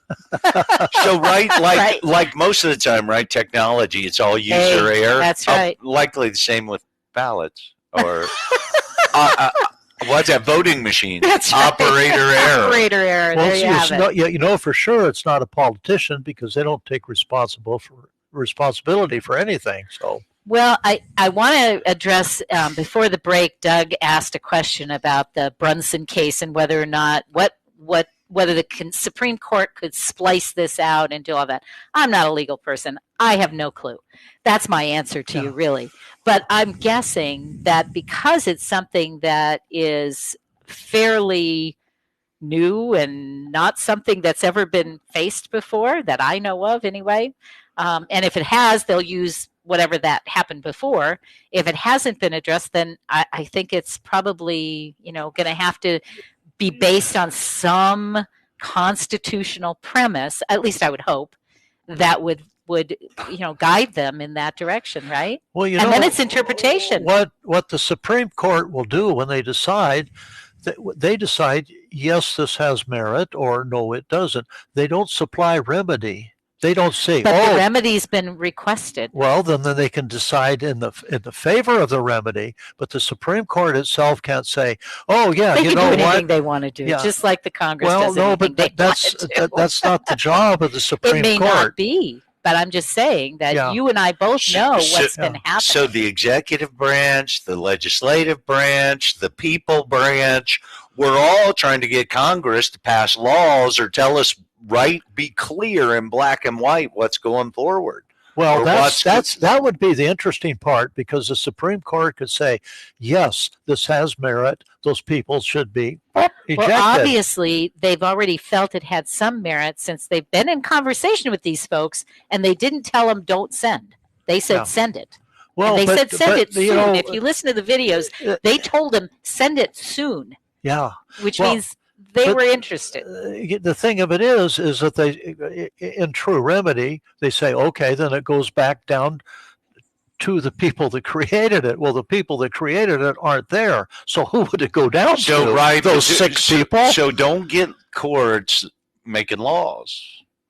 Right? Supreme Court needs to rule on what and have their opinions, but they don't write law. Right? That's exactly. You're right. They don't. Well, in essence, they do. Well, their decision is precedent for law. Exactly. But they don't say, oh, we think Congress thought this meant put a red tie on. Yeah. Right. Yeah. No, No, it's true. Yeah, so anyway, I just thought it was such an interesting case. I really felt it was important to share because, again, mainstream media, where the heck are you? You guys should be tearing this apart, analyzing it, looking at the good, the bad, and the ugly of it. And the people we're just in a snow globe. Yeah, living a snow globe. We aren't going to stay in a snow globe. We're going to talk about it, right or wrong. It's out there, and it is something that could change the whole country. I would like to know, do they hold a lottery for those positions after they toss those guys out? Right? I want to get in on, right? Okay, 20 people's name in a hat. We'll pick your name for congressman. Probably work better. Well, I'm just saying, I'm like looking at the path for that. Yeah. It's very interesting. So I got a couple of choices here. I was going to talk a little bit about Twitter. You guys were talking about Twitter, and I had an article that I pulled out relative to publishing, and it's from Yahoo, believe it or not. A Twitter exodus could mean the end of some online magazines. So all the people are saying because Twitter's now free speech, and I guess they don't like that. Yeah, right. Shame on them, so right? Well, CBS said that they were leaving. Then they came back. I mean, it's the most obvious thing you've ever seen. Yeah. Yeah. So, but now they're saying that an exodus could mean the end of some online magazines. I just found it really interesting. So my question to writers, authors, does this affect you? Do you feel like you're going to lose your audience? Do you use Twitter all the time? I use Twitter for the show. I post the show on there and look for new followers. Well, I was going to say, on LinkedIn, right? Mm-hmm. I'll get lots of invitations, right? Anyone with a picture, I connect, right? People on LinkedIn I'm about connecting with. But like subscribing to their newsletter, no. Right? I'm picking my own bias, right? Whatever news. So when people ask to send me news, I always say no. Right. But that's what it keeps talking apparently about. What they're saying is without the visibility and circulation that Twitter garners, the intentional diversity that this particular magazine puts forth from its managing editors all the way down to its first readers could similarly dissipate. So apparently they have primarily liberal audiences, is what I'm guessing, because the people that are leaving right now tend to be liberal, not the conservative. So I guess they're concerned that they're going to lose. Well, those the biggest. So I'd be curious to hear from writers whether or not they feel like with the way that Twitter is gone, that they are going to lose audiences. So I love Elon Musk because I know he's got like 20 brain people he brings in. They fired 4,500 people, and best I know, they haven't missed anything. Right? I'm serious. They're better. How do you fire? You got like 10,000. I mean, you didn't need 5,000 folks. Hey, how many people? Right, and they had free lunches. Free lunches. How many people in Washington could we fire? And you'd never. About 535. Right? I mean, it's not that hard. It's not that hard. Yeah. You know what? It's the Department of Education, or Secretary of Education. What in the heck do they do? Man, I'm telling you right now, the school board things is interesting, and they're having that whole You know, I mean, here we just want them to hire and fire people without costing us double, right? We're not even talking about content, books, and libraries and curriculum, right? Making our kids better. We're still trying to be like, have somebody there, right? I mean, it's ridiculous. When it comes to education, I have a rhetorical question. You know, they keep saying that the teachers union is so powerful. That's why we're getting the stuff that we're getting. Okay, now assume that premise is true. Then why are teachers paid so poorly? So these Brunson guys could do the same thing with teachers. Yeah. Right? I mean, I'm serious, right? Yeah. I'm 61 years old. I graduated high school in 1979. I am here to tell you that I think my education, my graduation with 130 people in Podunk, Ohio, is better than Damani Ranch's my son just got.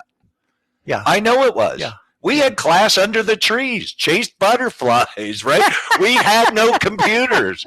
I learned more than my son did.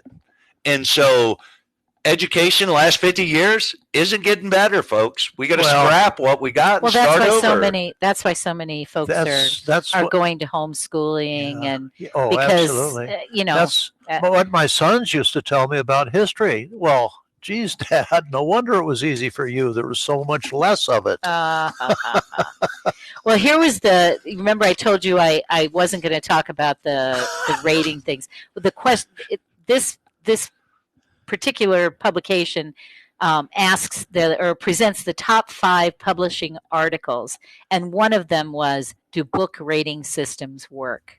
And we know what you think of that. Yeah.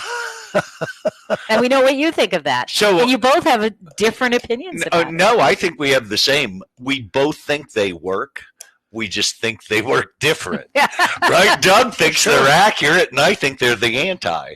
Yeah, no, I don't know if they're accurate. I'm going by numbers, It'd be nice to have those numbers. So, right, you and the guys at the voting machines likely have stuff in common. I sent away. Can't let that go, can you? Well, they all like high numbers. I sent away for a professional review of my book, and it came back where it was just a C. But the reason it was a C was because they looked at the political overtone to it and didn't like that, so they rated my book down. They didn't rate. How funny! They didn't rate the book. They rated their opinion. Exactly. Well, you can get that from the readers. So that's my point about the rating. Yes. Yeah, you don't have to go to a professional for that. Yeah. So I can give you that. Yeah, me too. Here's another question. Does the collapse of the Penguin Random House / Simon & Schuster merger signal the end of an era of consolidation? Ed did a story last week about the fact that merger isn't going to happen. So do you think that's the end of consolidation? I mean, my goodness, we only have 5 big 5s anymore. It used to be the big 6. So back in God the knows day, how many more. So I was going to say, back in the day when I was learning retail in the beverage alcohol business, right? Every product category, don't care what it is, 3 brands, always. There's always the premium brand that costs more, that's better. There's always the value brand that does the same for less, and there's always the cheap brand.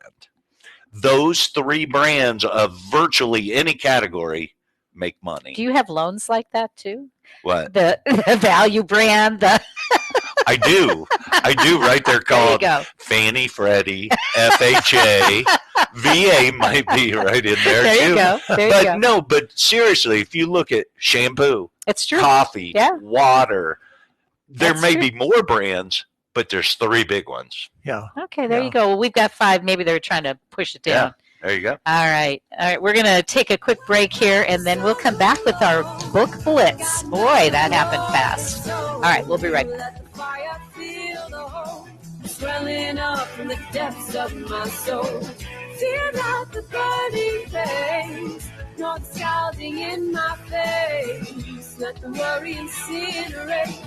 smolder. Okay, we are running a car drive right now to help veterans all across America. So if you have an old car, truck, or van, even a motorcycle or an RV sitting around, you can right now give it away and help the vets. They really need your help. And your car will help support the vets and their families. And guess what? You even get a tax donation. Plus, we'll even come and pick up your car for free. And all you've got to do is pick up your phone right now and make a free call. Now is the perfect time to do something good for the vets. Give back to the vets right now for all they've done for this country. And your old car can really help them. So call the Veterans Car Donation Program right now for free pickup of your vehicle. Help the vets and help your taxes at the same time. Call right now. 800-296-1259. 800-296-1259. 800-296-1259. That's 800-296-1259. Adopt US Kids presents What to Expect When You're Expecting a Teenager. Learning the lingo. Today, I'm going to help parents translate teen slang. Now, when a teen says something is on fleek, it's exactly like saying, that's rad. It simply means that something is awesome or cool. Another one is totes. It's exactly like saying, totally, just shorter. As in, I totes love going to the mall with Becca. Another word you might hear is jelly. Jelly is a shorter, better way to say jealous. As in, Chloe, I am like so jelly of your unicorn phone case. You don't have to speak teen to be a perfect parent. Thousands of teens in foster care will think you're, rad, just the same. To learn more, visit adoptuskids.org. A public service announcement brought to you by the U.S. Department of Health and Human Services, Adopt U.S. Kids, and the Ad Council. 1 in 3 adults in America have prediabetes, but most don't know it. To let people know it can be reversed before it becomes type 2 diabetes, professional basketball player Julius Randle is doing everything in reverse. I'm only dunking with reverse windmills. I drove the whole way to practice in reverse. I don't recommend it. This move's called the reverse shuffle. I do recommend it. And it took me months to learn how to speak in reverse, like this. Here's 10 almost for diabetes type 2 with living Ben has mom my. In other words, my mom has been living with type 2 diabetes for almost 10 years. So together, we want to say to the 84 million Americans at risk, exercise and healthy eating can help reverse prediabetes. Start by taking a simple 1-minute risk test at doihaveprediabetes.org. Brought to you by the Ad Council and its prediabetes awareness partners. Bet he can't say that in reverse.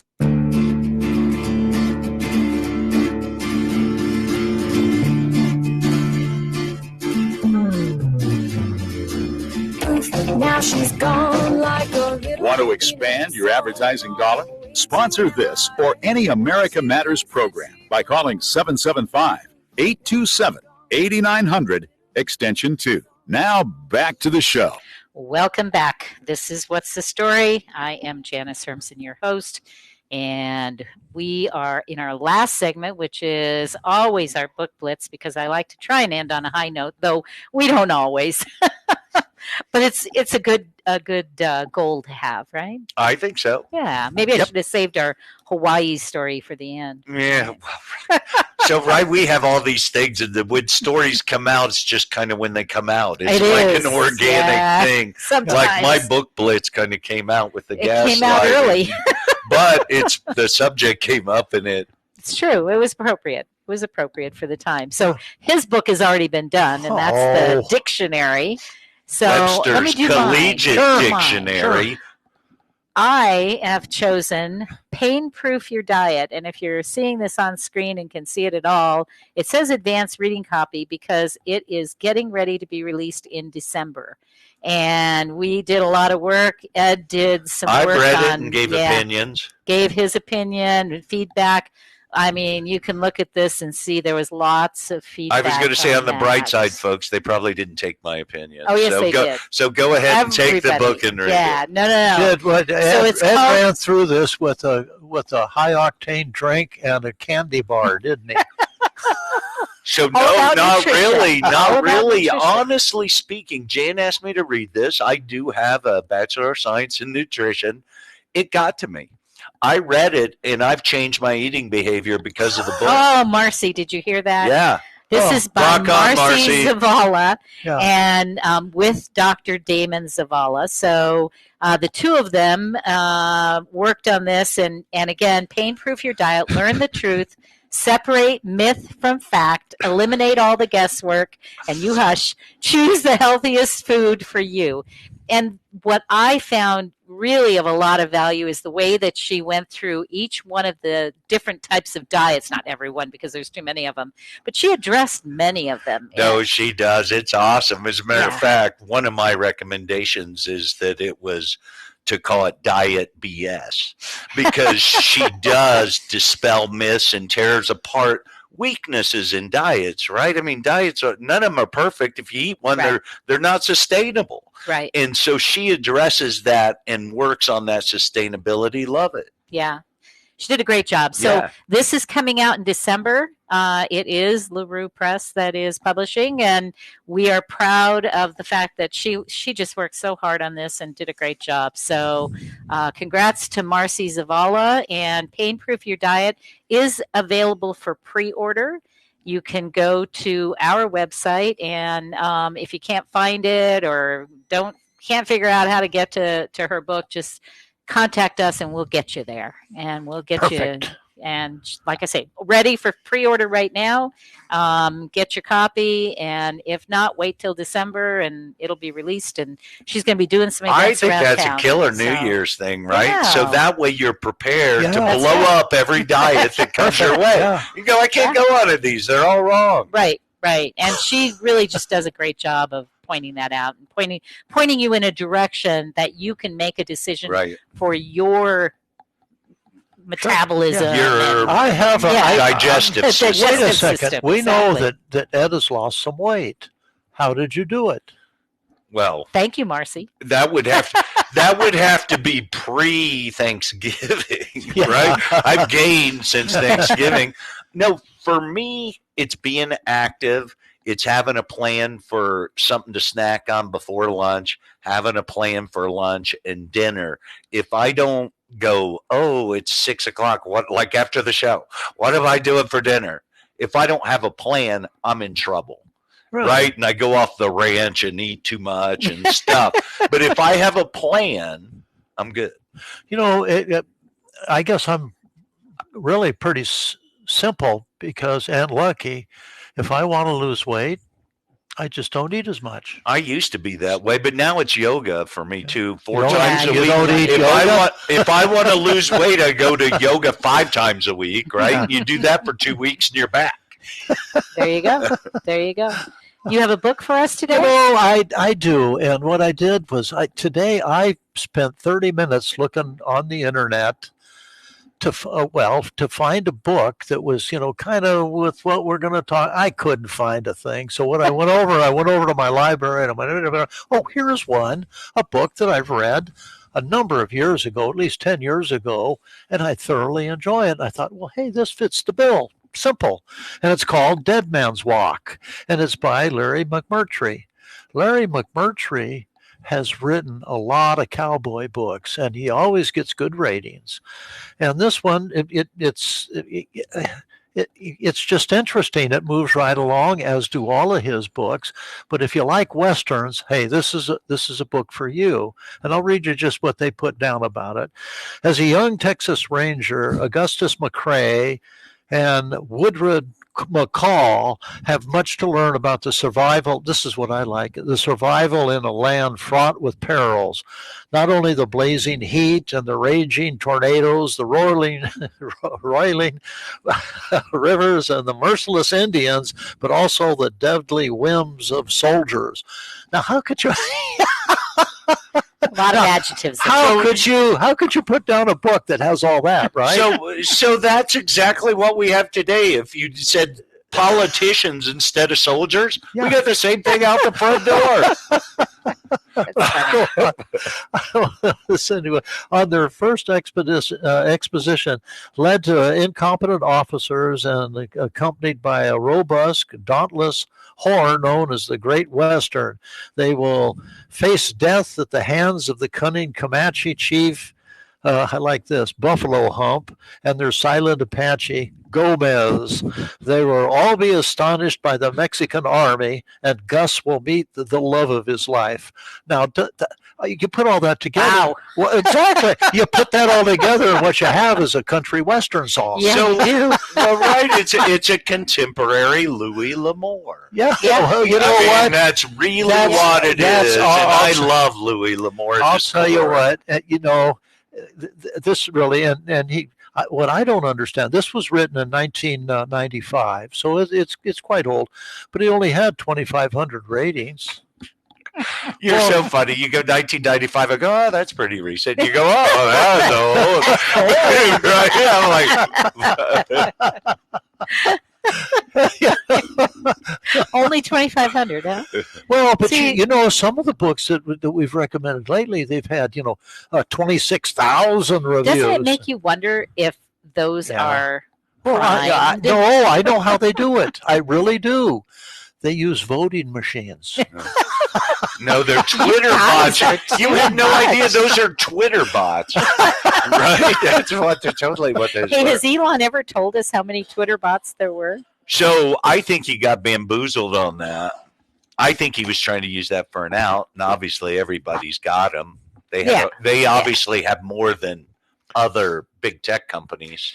Well, it always puzzles me when I see somebody put up a new page or a new whatever, and all of a sudden they've got all these followers, and I'm like, I know they're popular, but really that many that fast? I don't know. Wouldn't it be they're bots. nice if you could kind of maybe photograph and then digitize the phone book? Think of how many ratings you could give yourself.